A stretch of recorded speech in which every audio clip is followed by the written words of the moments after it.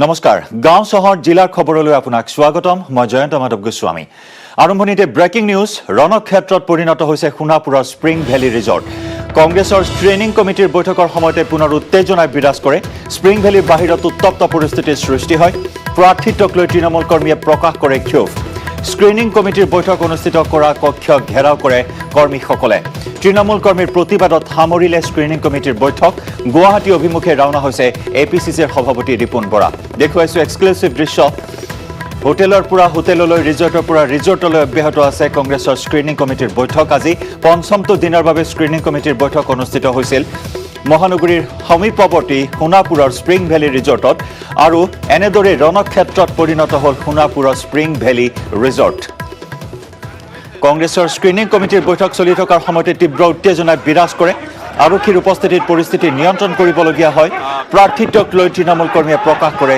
ব্যাপক ক্ষোভ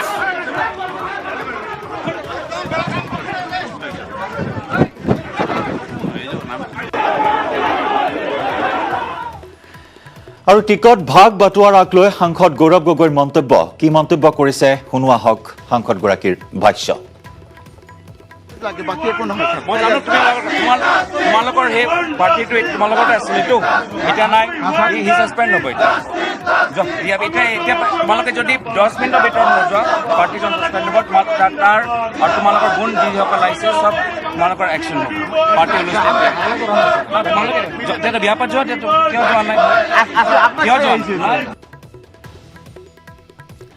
আন এক ব্ৰেকিং নিউজ অসম জাতীয় পৰিষদৰ দ্বিতীয়খন প্ৰাৰ্থী তালিকা প্ৰকাশ পাথাৰকান্দিত হুমায়ুন কবিৰ ধলাইত ৰাম ৰতন দুসাদ উদাৰবন্দত আইনুল হক লস্কৰ লখিমপুৰত আলিমুদ্দিন মজুমদাৰ কাটিগড়াত সাধন বাবু সিনহা ধুবুৰীত আজাদ আলী শ্বেখ গৌৰীপুৰত আৰিফুল ইছলাম গোলকগঞ্জত মনোজ কুমাৰ ৰয় বিলাসীপাৰা পূবত ডক্টৰ কানুলাল দাস বঙাইগাঁৱত দীপু চৌধুৰী বিজনীত ৰূপম কুমাৰ দাস গোৱালপাৰা পূবত ইমদাদ হুছেইন গোৱালপাৰা পশ্চিমত ছফিউৰ ৰহমান পাটাচাৰকুছিত পবিন্দ্ৰ ডেকা ছয়গাঁৱত দেৱজিৎ অধিকাৰী পলাশবাৰীত পংকজ লোচন দেৱগোস্বামী গুৱাহাটী পূবত অদীপ কুমাৰ ফুকন হাজোত দুলু আহমেদ ৰঙিয়াত ডক্টৰ বাবুল চহৰীয়া নলবাৰীত নগেন ডেকা বৰক্ষেত্ৰীত পুলকেশ বৰুৱা ধৰ্মপুত্ৰত ডক্টৰ শিখৰ কুমাৰ শৰ্মা বৰচলাত উপেন ৰাজ নাথ তেজপুৰত জানমণি বৰা বিশ্বনাথত দুলদুল বৰকটকী বিহালীত অঞ্জন উপাধ্যায় গহপুৰত ডক্টৰ গোলাপ ফুকন জাগিৰোডত বুবুল দাস মৰিগাঁৱত বাণীকান্ত দাস লাহৰীঘাটত সমজিদাব ইয়াসমিন ৰহাত উৎপল বনিয়া সামগুৰিত আবিদুৰ ৰহমান কলিয়াবৰত মুকুল বৰুৱা লামডিঙত মৌচুমী শৰ্মা গোলাঘাটত বীণা শইকীয়া যোৰহাটত নিৰোধ চাংকাকতি মাজুলীত শিশুধৰ দলে তিতাবৰত শৈলেন্দ্ৰ কুমাৰ হাজৰিকা মৰিয়নীত অলক ঘোষ আমগুৰিত চন্দ্ৰ বৰুৱা মামৰাত মানিক গগৈ সোণাৰীত গৌতম হাতীমুৰীয়া নাওবৈচাত পুতলি সায়স্থ লখিমপুৰত ৰঞ্জন বৰপাত্ৰ গোহাঁই মৰাণত সঞ্জীৱ চাংমাই লাহোৱালত লিখন বৰুৱা টিমখাঙত মিলন সোণোৱাল নাহৰকটীয়াত লুৰিণজ্যোতি গগৈ চাবুৱাত ৰাফেল কুজুৰ ডুমডুমাত সুৰেশ ভূমিজৰ প্ৰাৰ্থিত্ব নিশ্চিত কৰা হৈছে এয়া চূড়ান্ত তালিকা অসম জাতীয় পৰিষদে প্ৰকাশ কৰিলে দ্বিতীয়খন প্ৰাৰ্থী তালিকা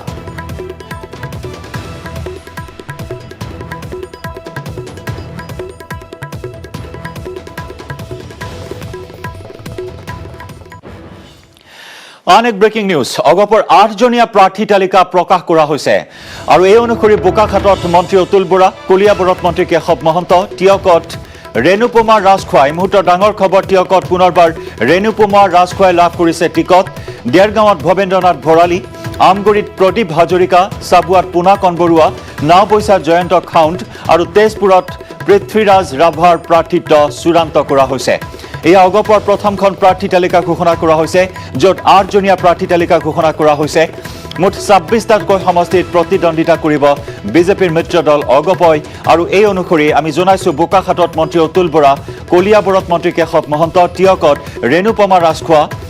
ৰেণুপমা ৰাজখোৱাৰ টিকট বঞ্চিত কৰা হৈছিল বুলি খবৰ ওলাইছিল যদিও এই মুহূৰ্তৰ খবৰ টিয়কত পুনৰবাৰ ৰেণুপমা ৰাজখোৱাকে দিয়া হৈছে দলৰ টিকট দেৰগাঁৱত ভৱেন্দ্ৰনাথ ভৰালী লাভ কৰিছে পুনৰ এবাৰ টিকট আমগুৰিত পুনৰবাৰ প্ৰদীপ হাজৰিকা চাবুৱাত পুনা কণবৰুৱা নাওবৈচাত জয়ন্ত খাউণ্ড তেজপুৰত লাভ কৰিছে পৃথ্বীৰাজ ৰাভাই আজি অগপৰ মুখ্য কাৰ্যালয়ত পৃথ্বীৰাজ ৰাভাই যোগদান কৰে অগপত আৰু পৃথ্বীৰাজ ৰাভাক তেজপুৰত দিয়া হৈছে টিকট বৃন্দাবন গোস্বামীক 5 বাৰৰ বিধায়ক বৃন্দাবন গোস্বামীক বঞ্চিত কৰি পৃথ্বীৰাজ ৰাভাক দিয়া হৈছে তেজপুৰত টিকট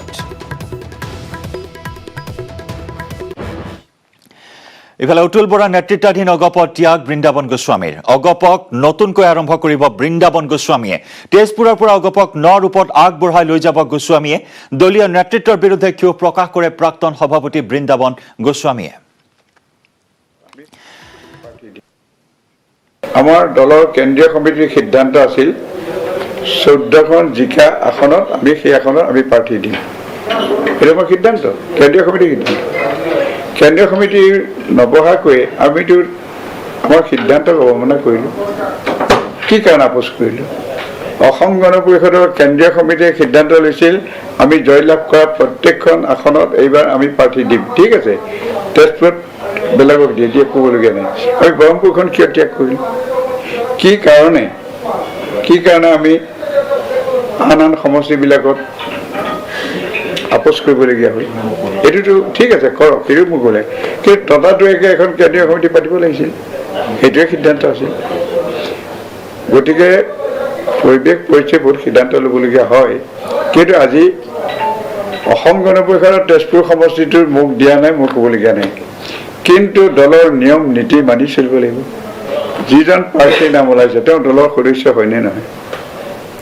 তেওঁ দলভুক্তি হ'লনে নহয় এইটো এটা একনায়কত্ববাদী ধাৰাৰ প্ৰৱণতা নহয়নি যে মোৰ যি ইচ্ছা মই সভাপতি সম্পাদক মই কিবা এটা পৰিৱিত আছোঁ মোৰ যি ইচ্ছা থাকিম এইটো অসম গণ পৰিষদৰ দৰ্শনৰ পৰিপন্থী বিষয় অসম গণ পৰিষদে বাৰম্বাৰ কৈছে অসম গণ পৰিষদ মানে অসমৰ ৰাইজ মানে অসম গণ পৰিষদ ৰাইজ শব্দটোৰ অৰ্থ হৈছে এটা ডেমক্ৰেটিক ধাৰা এটা গণতান্ত্ৰিক ধাৰা দলটোৰ যিটো গণতান্ত্ৰিক ধাৰা এই ধাৰাটোক কোনোবাৰ খেয়াল খুচিত ই চলাটো উচিত নহয় তেজপুৰত বৃন্দাবন গোস্বামীৰ ঠাইত পৃথ্বীৰাজ ৰাভাক প্ৰাৰ্থিত্ব দিয়া হৈছে আমি জনাই আহিছোঁ এই খবৰ আৰু ইতিমধ্যে আজি অগপত যোগদান কৰে পৃথ্বীৰাজ ৰাভাই আমবাৰীস্থিত অগপৰ মুখ্য কাৰ্যালয়ত আজি পৃথ্বীৰাজ ৰাভাই আনুষ্ঠানিকভাৱে যোগদান কৰে আঞ্চলিক দলটোত আৰু এইগৰাকী পৃথ্বীৰাজ ৰাভাকে দিয়া হৈছে তেজপুৰৰ টিকট বৃন্দাবন গোস্বামীক বঞ্চিত কৰি পৃথ্বীৰাজ ৰাভাক তেজপুৰৰ টিকট প্ৰদান অগপৰ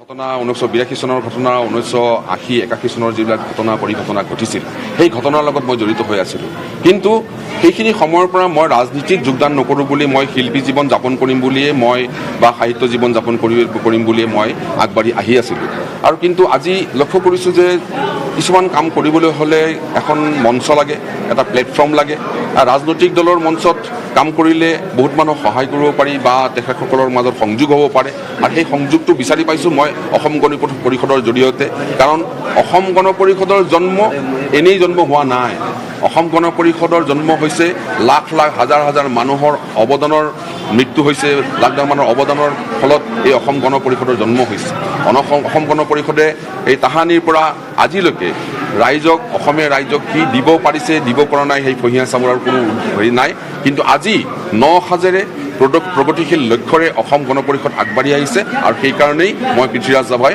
অসম গণ পৰিষদত যোগদান কৰিবলৈ আহিছোঁ এতিয়া চৰ্চাত আছে তেজপুৰ প্ৰাৰ্থী হ'বৰ কাৰণে এতিয়া নমিনেশ্যন দিয়া হোৱা নাই নমিনেশ্যন দিয়াৰ পাছতে ক'ব পাৰিম যে মই তেজপুৰৰ প্ৰাৰ্থী হ'লোঁ আৰু তেজপুৰৰ যদি প্ৰাৰ্থী হওঁ তেনেহ'লে মই তেজপুৰবাসীক এটাই অনুৰোধ কৰিম যিসকলে এতিয়া শুনিছোঁ আজি সংবাদ মাধ্যমৰ জৰিয়তে বহুত ব্যক্তিয়ে অসম গণ পৰিষদৰ তেজপুৰৰ কাৰ্যালয়ত বহুত ধৰণৰ কিবা কিবি হেৰি কৰি আছে সংঘৰ্ষ নহয় সংঘাত মানসিক এটা হেৰি হৈ আছে মই তেখেতসকলক কৰজোৰে অনুৰোধ কৰিছোঁ যাতে এইবোৰ নকৰে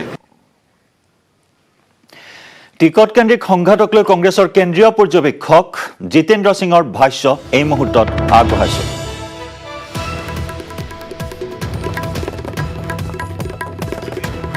कोई इस बात नहीं है अपना देखो ये डेमोक्रेटिक प्रोसेस है अगर कोई कार्यकर्ता की बात है उसको हम सुनेंगे और उसके ऊपर अमल करेंगे अभी कोई भी चीज नहीं डिसाइड हुई है अभी क्या है कि आदत तो ये मीडिया के द्वारा गलत वे में उड़ाई गई है कोई सीट किसी को दे दिया अब लिस्ट है मालूम लिस्ट आएगी जब मालूम पड़ जाएगा ये खुद सोचेंगे हमने क्या करा है तो this is all confusion there is nothing and I appreciate आप देखिए एनर्जी कितनी है इन लोगों के अंदर एनर्जी कितनी है, कितनी बड़ी बात कर रहे हैं ये।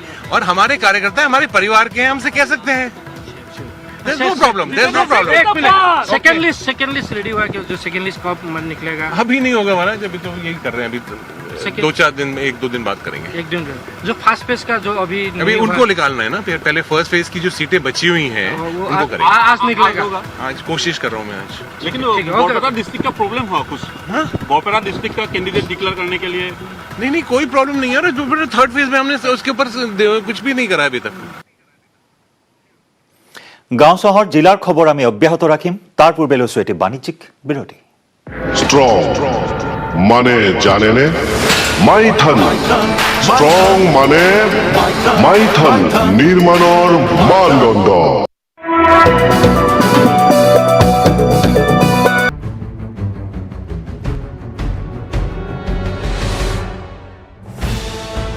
মনোনয়ন দাখিলৰ এদিন পূৰ্বে নিৰ্বাচনী প্ৰচাৰত নামিল মন্ত্ৰী ডক্টৰ হিমন্ত বিশ্ব শৰ্মা।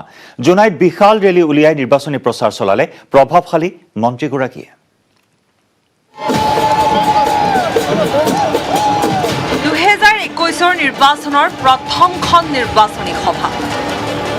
জোনাইৰ পৰা 2021 নিৰ্বাচনৰ ৰণদংকা বজালে বিজেপিয়ে।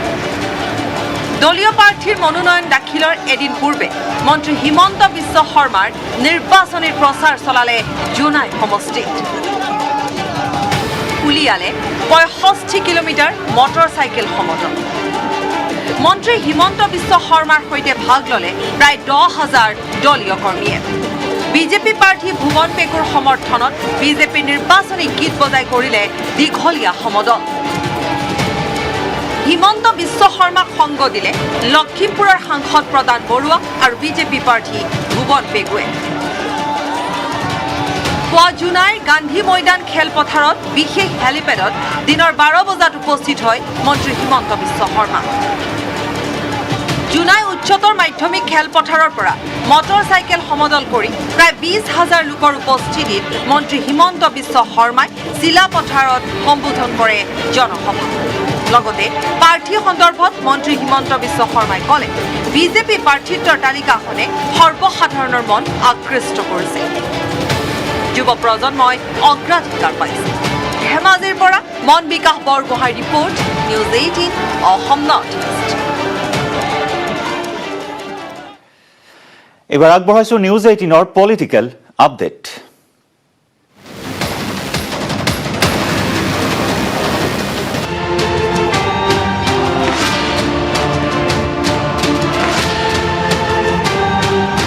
দেখা গৈছে যে নাৰীক যিটো অধিকাৰ বা নাৰীৰ ৰাজনৈতিক অধিকাৰৰ ক্ষেত্ৰত ৰাজনৈতিক দলসমূহ যেন কিছু উদাসীনতা প্ৰদৰ্শন কৰিলে আৰু কেইবাটাও সমষ্টিত মহিলা প্ৰাৰ্থীক এইবাৰ প্ৰাৰ্থিত্ব দিয়া হোৱা নাই। আগতে বিধায়ক থকা প্ৰাৰ্থীও এইবাৰ প্ৰাৰ্থিত্ব পোৱা নাই।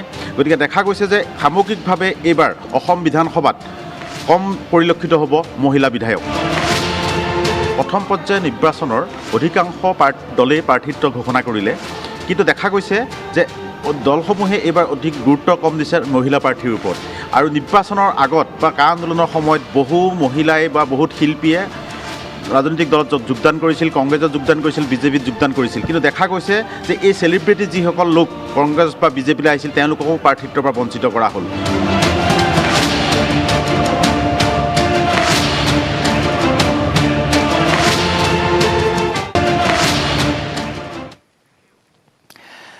আৰু নিউজ 18 ইলেকশ্যন আপডেটত এইবাৰ চাওঁ আহক শিলাদিত্য দেৱৰ খবৰ।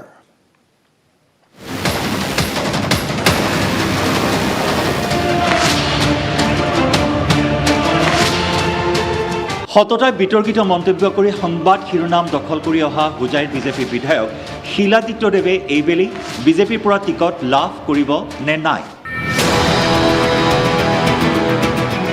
হয়, এতিয়াও যথেষ্ট আশাত বন্দী হৈ আছে শিলাদিত্য দেৱ। শেহতীয়াকৈ ছ'চিয়েল মিডিয়াত এটা তেওঁ পোষ্ট আপলোড কৰিছে, যদি তোৰ ডাক শুনে কেউ না আসে তবে একলা চলৰে।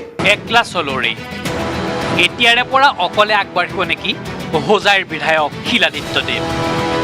নিৰ্দলীয় হিচাপে প্ৰাৰ্থিত্ব আগবঢ়াব নেকি শিলাদিত্য দেৱে? বিজেপিৰ সম্ভাৱ্য তালিকাত হোজাইৰ বিধায়কগৰাকীৰ বিপৰীতে শ্যামল দেৱৰ নাম অন্তৰ্ভুক্ত হোৱাৰ পিছতে ছ'চিয়েল মিডিয়াত শিলাদিত্য দেৱৰ কবিগুৰুৰ ভাষাৰে আপডেট, একলা চলৰে।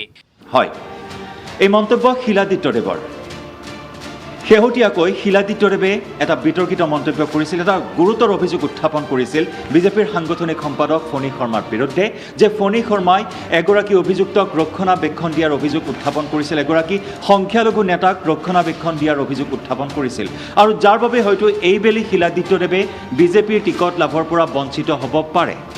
তাৰ পৰিপ্ৰেক্ষিতত দিল্লীত আজি এক সংবাদমেল সম্বোধন কৰে হোজাইৰ বিজেপি বিধায়কগৰাকীয়ে, আৰু বিজেপিৰ সাংগঠনিক সম্পাদক ফণী শৰ্মাৰ ওচৰত তেওঁ ক্ষমা বিচাৰে। মই অন্তৰৰ পৰা ক'ব বিচাৰিছোঁ যে মই সেই দিনটো মই ভুল কৰিছোঁ, ফটকৈ মাথা গৰম হ'ব নালাগিছিল, আৰু সেই বস্তুটো মই আজি ক্লিয়াৰ কৰিব বিচাৰিছোঁ গোটেই অসমবাসীৰ ওচৰত। মোৰ এটা ভুল তথ্যৰ বাবে এই কথাখিনি ওলাই পৰিছিল, আৰু এই ইলজামটো লাগিছিল ফণীদাৰ ওপৰত।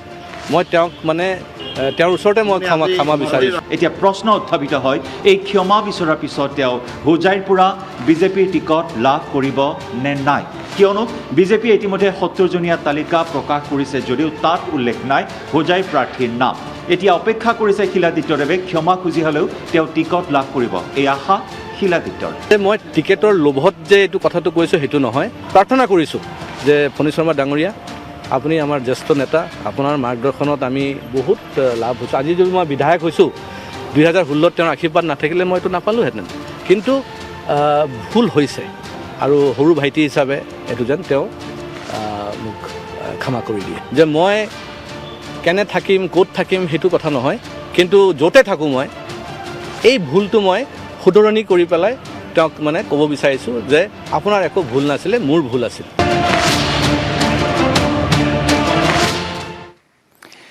মমতাৰ ভেটি কঁপাই পশ্চিমবংগত প্ৰধানমন্ত্ৰী মোদীৰ বিশাল নিৰ্বাচনী সভা।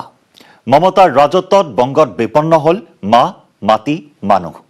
মমতাই পশ্চিমবংগত চিণ্ডিকেট চক্ৰৰ বিক্ৰীৰ অভিযোগ প্ৰধানমন্ত্ৰীৰ। মোদীৰ নিৰ্বাচনী সভাতে গেৰুৱা বহন পিন্ধিলে ছুপাৰষ্টাৰ মিথুন চক্ৰৱৰ্তীয়ে।